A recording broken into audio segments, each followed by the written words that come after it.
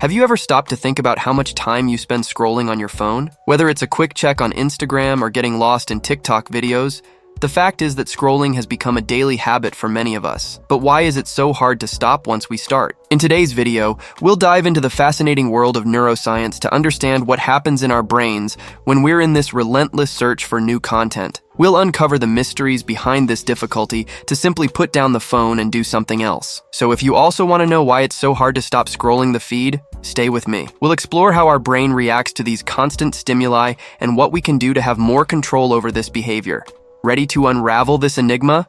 Let's go. First, let's understand what exactly this scrolling is. Scrolling is basically when you use your finger to slide content on the screen of your phone or computer. Sounds simple, right? But the interesting thing is that this simple gesture has become one of the main forms of interaction with digital devices in our daily lives. And it's no wonder, since practically all online content is accessible in this way. News, posts, videos, photos, you name it. Now get this. Studies show that the average person can spend up to several hours a day just scrolling through social media feeds. That's a lot of time. And all this scrolling is not just a way to pass the time.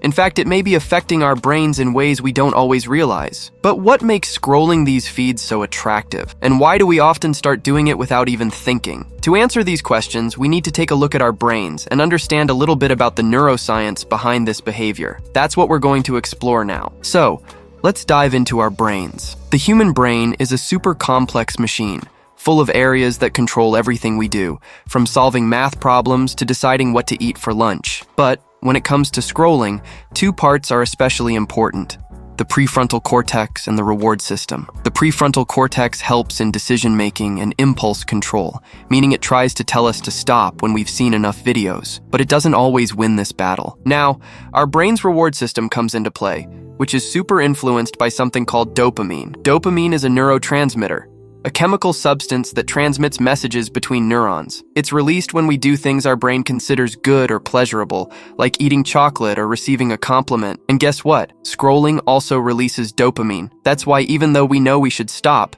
we keep scrolling the feed. We're basically looking for another dose of that good feeling that dopamine gives us. Understanding this interplay between the prefrontal cortex and the reward system is crucial for us to understand why it's so hard to resist one more video, one more post, one more photo. Our brains are wired to seek rewards, and social media feeds are a great way to do that. But is there a way to better manage this impulse?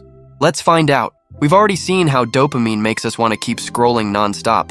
But there's another piece to this puzzle that makes scrolling so irresistible: intermittent feedback. This means we don't always know what we're going to find when we swipe the screen. It could be an amazing photo, a surprising news story, or maybe nothing special. This uncertainty is similar to what happens when someone plays a slot machine. The chance of winning something interesting keeps us coming back for more, even though we often leave empty-handed. And when you combine this with the ease of accessing and infinitely scrolling, we have the perfect recipe for excess. Social networks are designed to be infinite. There is no end point. You can keep scrolling as much as you want. This can make it difficult for our brains to say enough, as there may always be something rewarding just ahead, just one more swipe away. This cycle of intermittent feedback and continuous reward can actually change the way our brains work over time. Studies have shown that people who overuse social media can develop behaviors that resemble addiction. This doesn't mean that everyone who uses social media is addicted, but it's important to understand how these mechanisms work so we can use technology in a healthier and more conscious way. Understanding how scrolling can be addictive,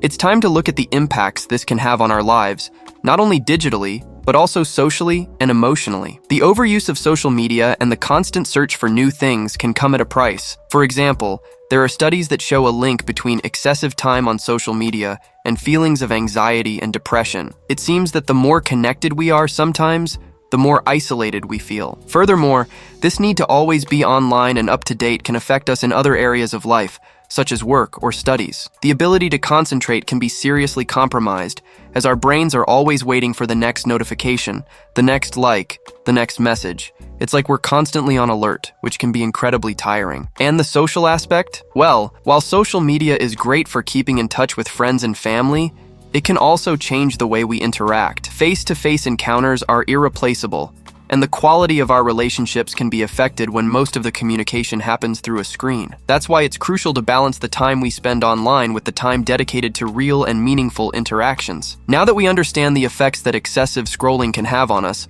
How about we talk about how we can better manage this habit? First, it's essential to become aware of how much and how we're using our devices. Apps that monitor screen time can give us a real and sometimes surprising picture of how much time we spend online. This can be a great first step for those who want to reduce the time spent on social media. Another effective technique is to set clear limits. For example, we can set specific times of the day to check social media, or even use tools that limit access to certain apps during periods of the day. This helps create a healthier routine and reduce the compulsion to constantly check the phone. In addition, creating device-free zones at home, such as at the dinner table or in the bedroom, can strengthen personal relationships and ensure that our rest time is truly restorative. Taking an occasional digital detox can also be beneficial, allowing us to reconnect with ourselves and the world around us outside of screens. If today's video brought you any new perspective or helped in any way, please share it with friends and family who could also benefit from this information.